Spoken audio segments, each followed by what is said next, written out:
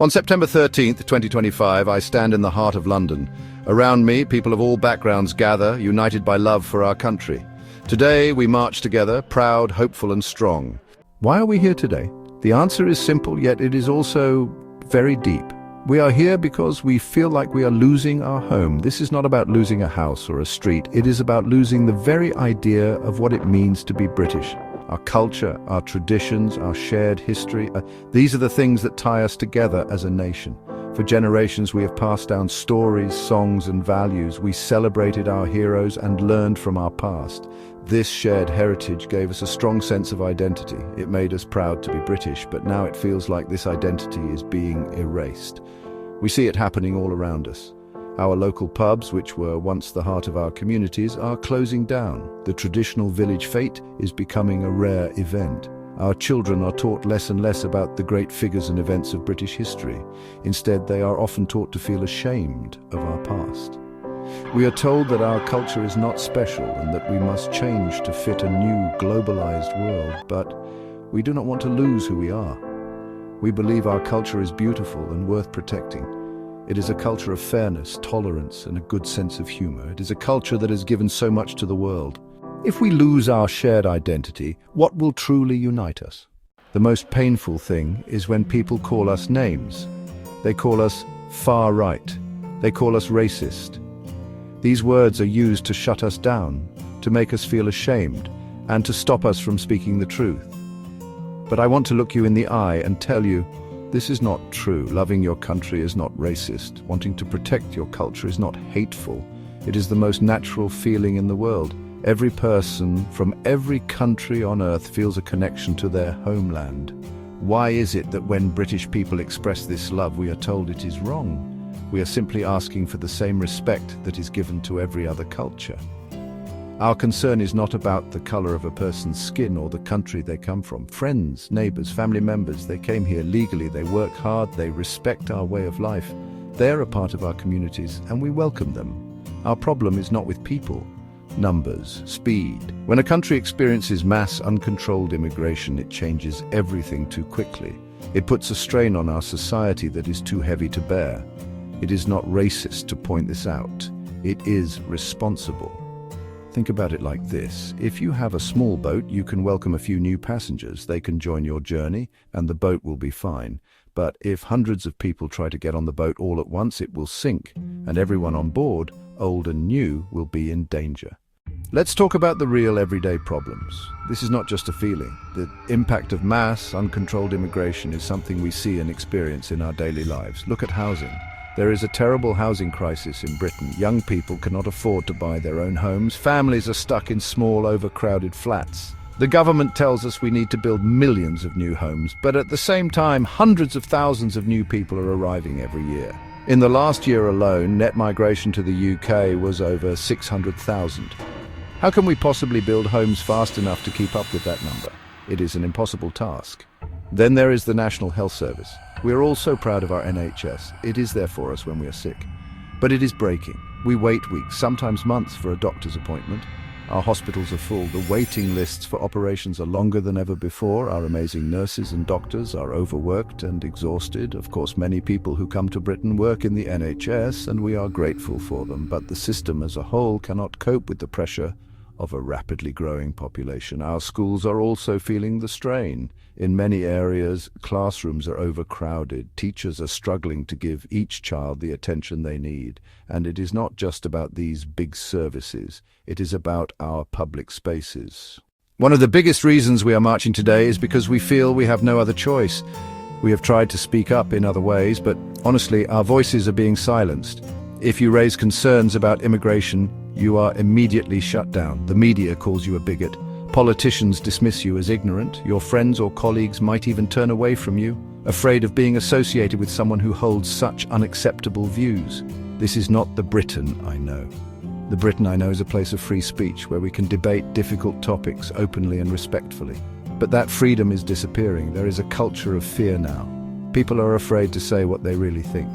They post their opinions anonymously online because they are scared of losing their jobs or being attacked by online mobs. This is not healthy for a democracy. A healthy democracy needs open debate. It needs people to be able to disagree without being punished. But the government and a large part of the media have decided that there is only one correct opinion on immigration, that it is always good and more is always better. Anyone who questions this idea is treated like an enemy of the state. The mainstream media plays a huge role in this. They refuse to report on the real problems that mass immigration can cause. They focus only on the positive stories. When there are protests like ours, they describe us as a small group of angry extremists.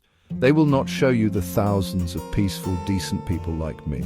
They will not tell you our real reasons for being here. As we march through the streets of London, we know that we are not alone. Across Europe, a wave of awakening is sweeping through ordinary people, mothers, fathers, workers and students who feel their voices have been ignored for too long. In 2023, over 10 million people across Europe joined protests calling for change. In Ireland, the streets of Dublin have filled with thousands demanding action on housing shortages and overwhelmed services. Ireland's population is just over 5 million and more than 20% are foreign-born, the highest in its history. In 2023, over 70,000 people protested in Dublin alone as the country faced a record housing shortage with over 12,000 people homeless. Banners reading "Ireland is full" became a common sight, reflecting a nation grappling with rapid change. The Irish government has struggled to respond as local communities voice concerns about rapid change, yet the marches are not driven by hate.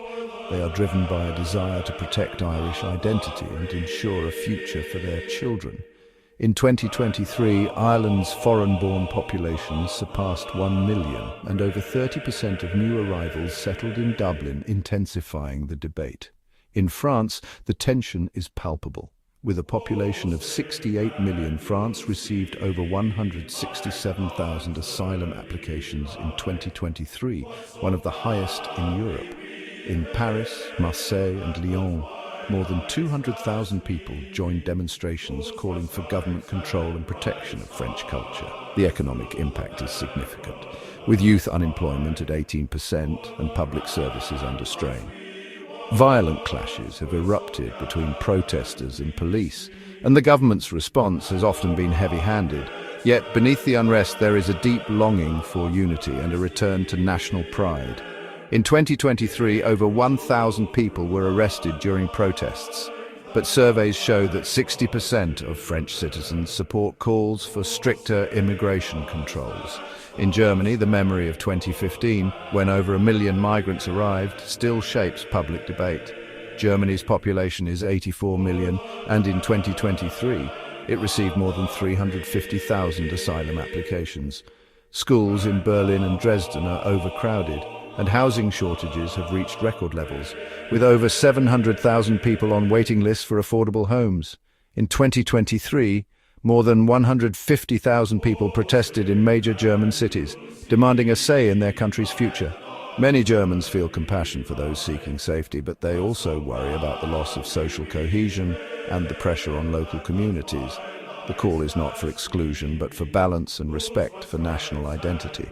In Sweden, a country of just over 10 million people, the conversation has shifted. In 2023, Sweden received over 100,000 migrants, and crime rates have risen by 15% in the past 5 years. Rallies in Stockholm and Malmö have drawn more than 50,000 people, reflecting a nation at a crossroads, debating how to balance openness with security. Italy, too, has seen its share of turmoil. With a population of 59 million, over 150,000 people arrived by boat in 2023 alone. Coastal towns like Lampedusa have been overwhelmed, and in Rome and Milan, more than 80,000 citizens marched for both compassion and control, demanding that the government listen to their concerns. In the Netherlands, a country of 17.5 million, farmers and families have joined together in protest, blocking roads and waving Dutch flags. In 2023, over 40,000 people protested in The Hague, demanding a voice in their own future as migration rates reached record highs. Austria has also seen mass demonstrations, with citizens calling for secure borders and the preservation of Austrian culture. With a population of 9 million, Austria received over 100,000 asylum applications in 2023, and more than 30,000 people gathered in Vienna to demand action. Across Europe, the pattern is the same. Mass, uncontrolled immigration, often driven by EU or global agreements, is causing huge social strain. In 2023, over 2.5 million people migrated to the EU, and public services in many countries are struggling to keep up. But everywhere, ordinary people are rising up, not out of hate, but out of love for their countries and a desire for a fair, stable future. We stand with them. Their struggle is our struggle. In every country, ordinary people are ignored by their governments, insulted by the media, but united in hope. This is the European awakening, a movement of solidarity, courage, and the belief that the people's voice must be heard. In 2023, millions across Europe marched for their future, and their voices are growing stronger every day. It is so important to say this again and again. Our frustration is not with the immigrants themselves. Most people who come to a new country are just looking for a better life. They are human beings, just like us. They work hard. They want to provide for their families. The real problem is not the people. The problem is the policies. The problem is with our governments who have failed us. They have created this situation through years of bad decisions, weak leadership, a refusal to listen to their own citizens. They have lost control of our borders and given away our power to decide who comes into our country. For decades, politicians from all the main parties have pushed the same agenda. They told us that mass immigration was essential for the economy. They promised that it would enrich our culture, but they never asked us if we wanted it. They never put a limit on the numbers. They opened the doors and then acted surprised when the house became full and chaotic. They signed international agreements and followed EU rules on freedom of movement, without thinking about the long-term impact on our small and crowded island. They were more interested in pleasing global organizations than in serving the British people who elected them. These globalist policies are at the heart of the issue. A globalist believes that borders are not important. They believe that we should all move towards a single world government, a single global culture. They see national identity as a bad thing, but they are wrong. National identity gives people a sense of belonging. It creates stable communities where people trust each other and work together. The people who run our country, the politicians and the powerful people in business and the powerful people in media, they live in a different world from us. They live in a bubble. They talk about diversity and multiculturalism as abstract ideas. For them, it means interesting new restaurants in their expensive neighborhoods, feeling good about how open-minded they are. They do not experience the negative side. Their children go to private schools, so they do not see the overcrowded classrooms. They have private healthcare, so they do not have to wait months for a doctor's appointment. They live in wealthy areas, so they do not see social tensions in struggling communities. Their globalist dream is for a world without borders. Money can move freely, people can move freely. This might be good for big international companies who want cheap labor. It might be good for the bankers in the City of London. But is it good for the factory worker in the north of England who has lost his job? Is it good for the young family in a small town that can no longer afford a home? Is it good for the pensioner who feels like a stranger in her own neighborhood? These leaders have forgotten who they are supposed to serve. As the sun begins to set on our march, a feeling of hope fills the air. Today we have shown our strength. We have shown that we are many and we are united. We have broken the silence. This is not the end of our journey, it is the beginning. The hope we feel is not just for ourselves, it is for everyone who calls this island home. Our message is not one of division, it is a call for true unity, a unity that is built on shared love for our country, mutual respect for our laws, our culture. A country that is confident in its own identity is a country that can be truly welcoming to others who wish to join it and contribute. We want a future where being proud to be British is celebrated, not condemned. We want our children to learn our great history and feel inspired by it. We want to rebuild our strong communities where people know their neighbours and look out for each other. This is not a dream of turning back the clock. It is a dream of moving forward to a better future, taking the best of our traditions with us. We want a Britain that is fair to everyone. That means having a controlled immigration system that our country can manage, a system that is fair to the British people and also fair to the migrants who come here through the proper legal channels. Our call for unity extends to our friends and neighbours across Europe. The people of Ireland, France, Germany and so many other nations are our brothers and sisters in this struggle. We all want the same thing, to live in safe, stable, culturally confident countries. We must support each other and learn from each other. The love for one's own country is a universal feeling. It is a positive and healthy force. It is not hate. It is the hope that we can make our corner of the world a better place for our children. It is the foundation of a peaceful and cooperative Europe of nations. So, let this day be remembered as the day that ordinary people found their voice. Let it be the day we stood together and said, we love our country, we love our culture, we love our people. And we will not be silent while it is taken away from us. We are not asking for the impossible, we are asking for something very simple. A home, a country where we feel we belong, a united kingdom that is truly united, proud and free. There is hope because the people are waking up, and when the people stand together, they cannot be defeated. Like and subscribe to Smarter Brains for more engaging deep dives into breaking news, politics, sociology, economics and social policy.